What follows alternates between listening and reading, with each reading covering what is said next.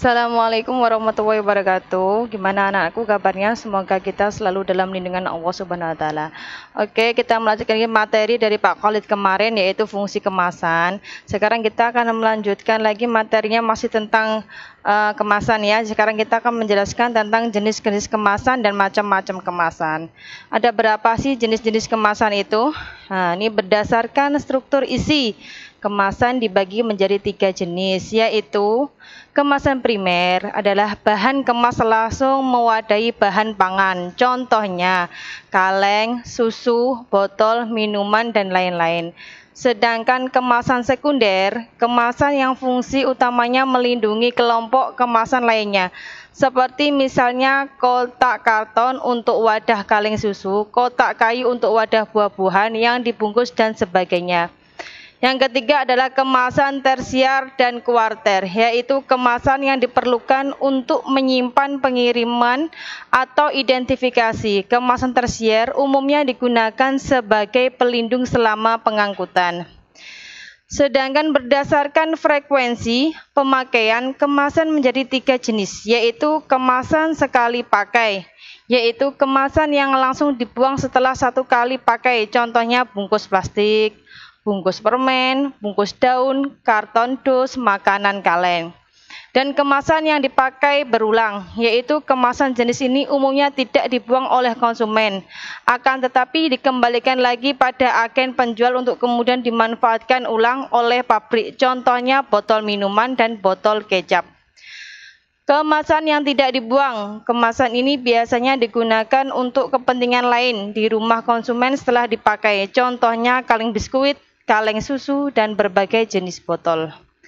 Sekarang kita akan menjelaskan berdasarkan tingkat kesiapan pakai. Kemasan dibagi menjadi 2 jenis, yaitu kemasan siap pakai, yaitu bahan kemas yang siap untuk diisi dengan bentuk yang telah sempurna sejak keluar dari pabrik. Contohnya adalah wadah botol, wadah kaleng, dan sebagainya.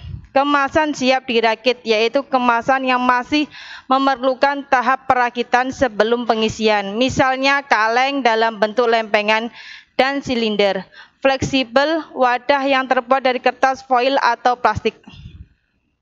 Sekarang adalah syarat-syarat kemasan menurut Winardi tahun 1993-204. Pertanyaan yang perlu dipertimbangkan dalam hubungannya dengan pengemasannya antaranya adalah dari sejumlah besar bahan kemasan yang tersedia, bahan manakah yang paling baik digunakan untuk menonjolkan wajah produk yang dihasilkan. 2.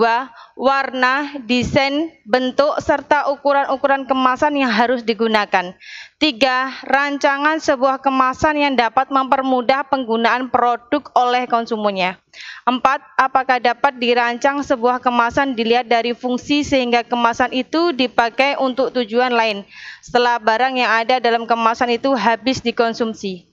5. Pertimbangan perencanaan kemasan untuk momen tertentu, misalnya untuk hadiah ulang tahun dan momen tertentu lainnya.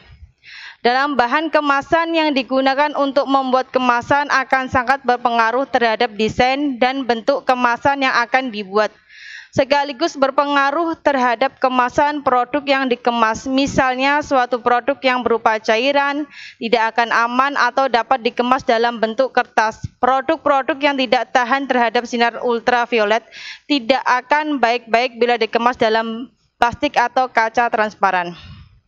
Daya tarik kemasan sangat penting guna tertangkapnya stimulus oleh konsumen tertarik pada produk tersebut. Menurut Wiryo, daya tarik visual kemasan dapat digolongkan menjadi 2, yaitu daya tarik visual dan daya tarik praktis.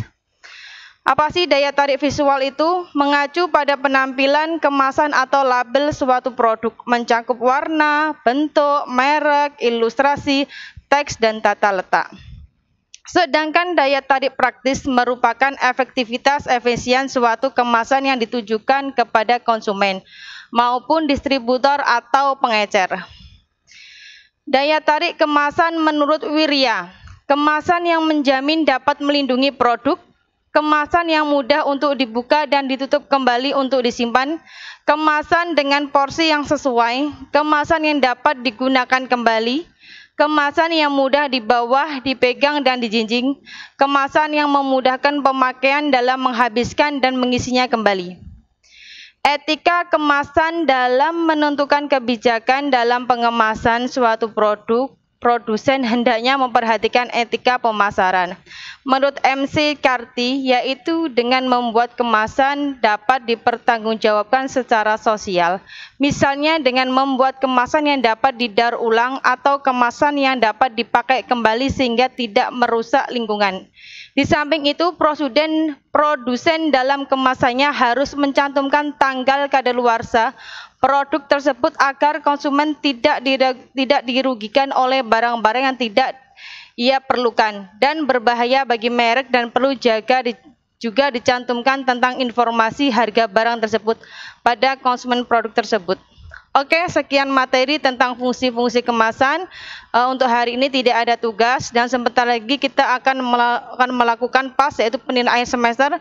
Kalian tetap belajar, tetap di rumah, jaga kesehatan, dan melakukan hal-hal positif walaupun tidak berada dalam lingkup sekolah. Sekian dari saya. Wassalamualaikum warahmatullahi wabarakatuh.